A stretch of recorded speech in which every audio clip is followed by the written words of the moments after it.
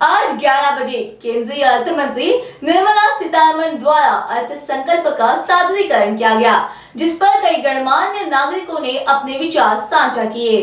और अपने बैंकों के लिए सब अच्छा किया, लेकिन महिलाओं के लिए कुछ नहीं किया।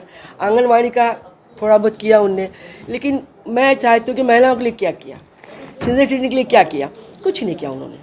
महिलाओं का तो नाम ही नहीं कहीं आया है। तो हम महिलाएं क्या क्या कर सकते हैं, क्या खुश रह सकते हैं। गैस के बारे में नहीं बताया, दिन पर दिन गैस की बढ़ रही है, तो उससे पूरी अर्थव्यवस्था हमारी ख़राब हो रही है। महिलाओं के लिए जो महंगाई है, पेट्रोल के दाम है, तो उससे क्या हो रहा है कि सारी महंगाई मतलब सारे सब्जियों के भाव है, अनाज के भाव है, सब बढ़ रहे हैं। तो हम महिलाओं के लिए क्या है, बच्चों को हम शिक्षा कैसे दें। कॉर्पोरेशन लेवल की स्कूलें हैं, सब स्कूलों पे कोई ध्यान नहीं दिया जा रहा है, पढ़ाई दिन पर दिन महंगी हो रही है। तो ये सब चीज़ों पे थोड़ा हमारी सीतारमण जी फाइनेंस मिनिस्टर ध्यान देना चाहिए।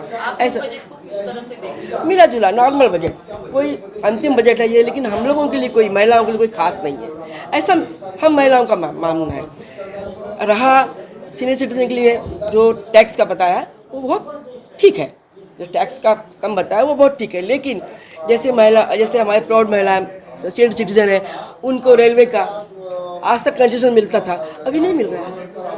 50% था महिलाओं को, कहाँ मिल रहा है, नहीं मिल रहा है। उस पर भी कोई चर्चा नहीं किया उन्होंने। तो बताइए कि बजट हम महिलाओं के लिए क्या है, कुछ महिलाओं का नाम नहीं लिया गया है। तो आप नाराज है इस बजट से? देखिए, मैं नाराज तो नहीं हूँ, लेकिन खुश भी नहीं हूँ।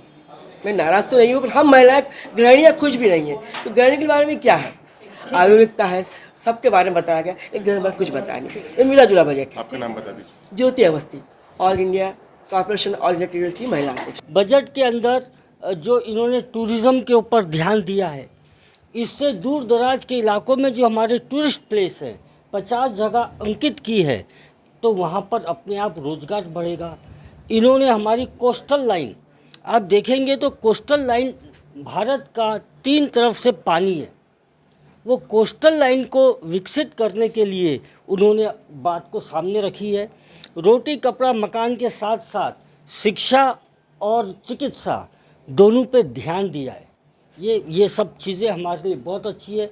महंगाई को कंट्रोल करते हुए रोजगार और कौशल विकास, आप देखिए कौशल विकास के लिए भी फोकस किया है, क्योंकि भारत देश विश्व का युवा देश बनने जा रहा है। तो युवाओं के लिए स्किल डेवलपमेंट, डिजिटल लाइब्रेरी, ये जो चीज़ें सामने लाई है, सस्टेनेबल सिटीज़, टीयर 2 टीयर, सब लोग मेट्रो में की तरफ भागने का प्रयास कर रहे हैं। हमको लोगों को रोक के रखना है।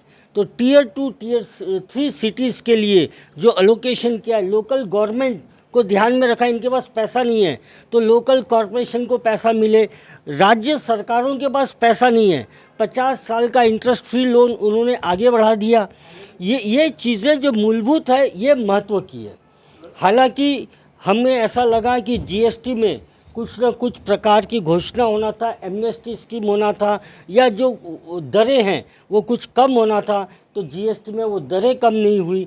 इनकम टैक्स में जो अपेक्षाएं थी, तो इनकम टैक्स में भी अपेक्षाएं जो हमारी है वो पूरी नहीं हुई। हाँ, उन्होंने ईज़ ऑफ डूइंग बिजनेस में अच्छे प्रावधान किए, इसमें कोई शक नहीं है। डिक्रिमिनलाइजेशन ऑफ लॉ, 4,900 कानूनों को उन्होंने बिल्कुल पुलिस मुक्त कर दिया। 39,000 प्रावधान अलग अलग कानून के उन्होंने हटा दिए, ये अच्छा है।